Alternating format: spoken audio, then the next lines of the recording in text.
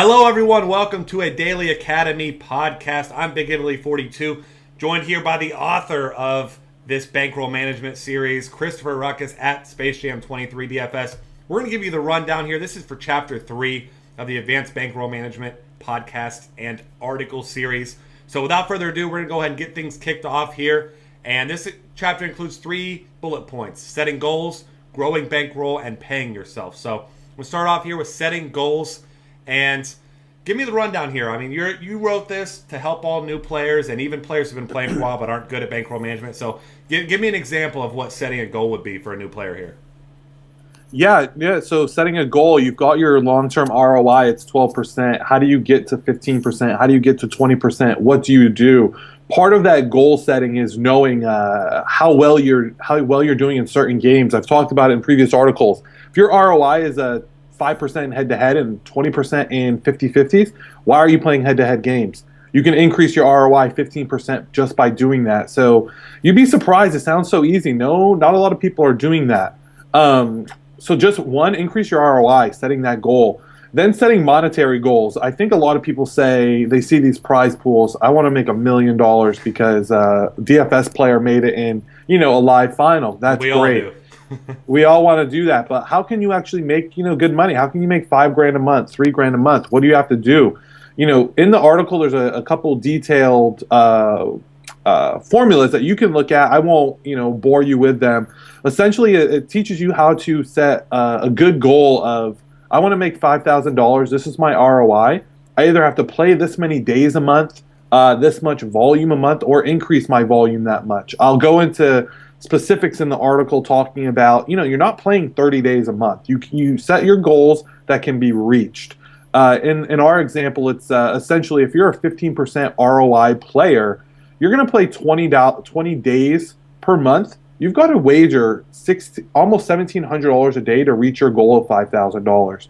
Understanding those kind of goals can really help you, leverage yourself and move forward. And that just pairs right into growing your bankroll. If you're cashing out, you're not growing your bankroll.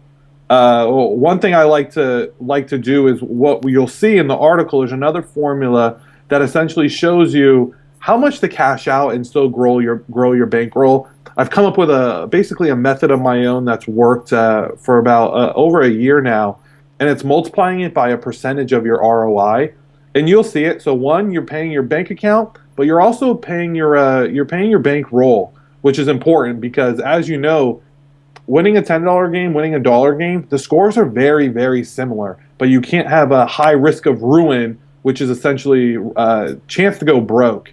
So what we've done here in the article is laid it out for you. What do you play? What's your ROI, and how much you should cash out? If you follow it, you're going to grow your bankroll. You're also going to grow your bank account, which is it makes the misses at home appreciate DFS a little bit more. Trust me.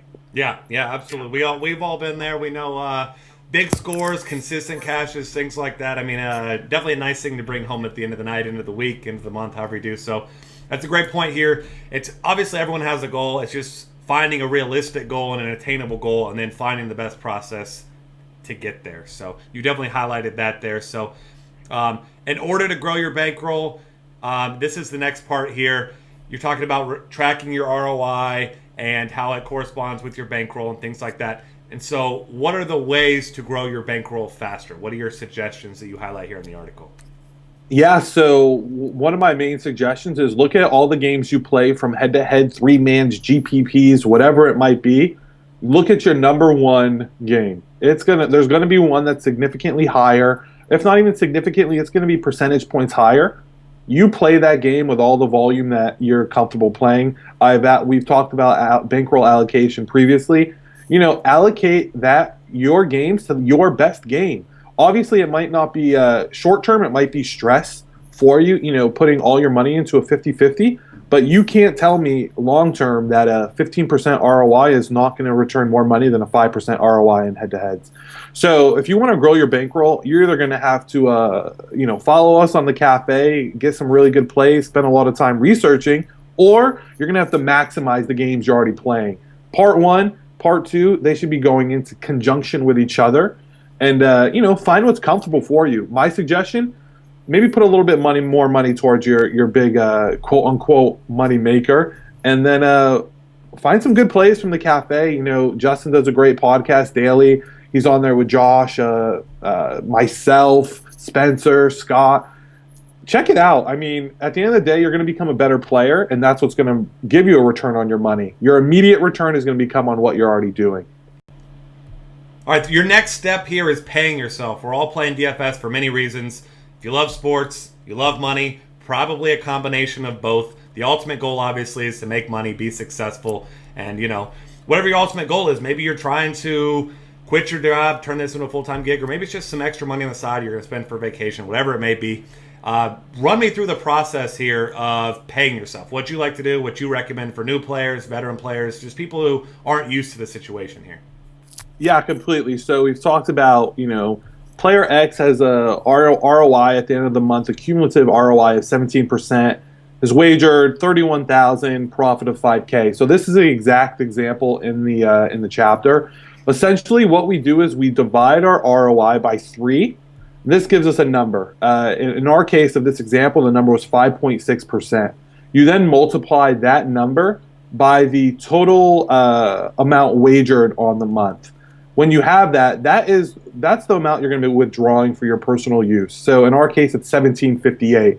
What you're going to want to do is you're going to want to look at that example and use it as a guideline, plug and play yourself. Decide, you know, this is going to grow your bankroll. It's going to minimize your risk for those bad times when, you know, you just can't win. You might have won a GPP for 20K, cashed out 15K, and now your bankroll's broke because you cashed out a majority of the money. It's fine. If you want to grow, grow. If you want to cash out, cash out. If you want to do both, go in the article, scroll about 3/4 of the way down, and you're going to see an example. You're going to plug your numbers in, follow that example, and enjoy paying yourself. Yeah, and at the end of the day, that's what it's all about. We're all here to make money, and this is going to help you get another step in the right direction during this Bankroll series. So thank you for hanging out with us. Check us out on Twitter at DF Cafe. He is at SpaceJam23DFS if you want to talk some more bankroll management strategy with him. And we'll see you guys next time.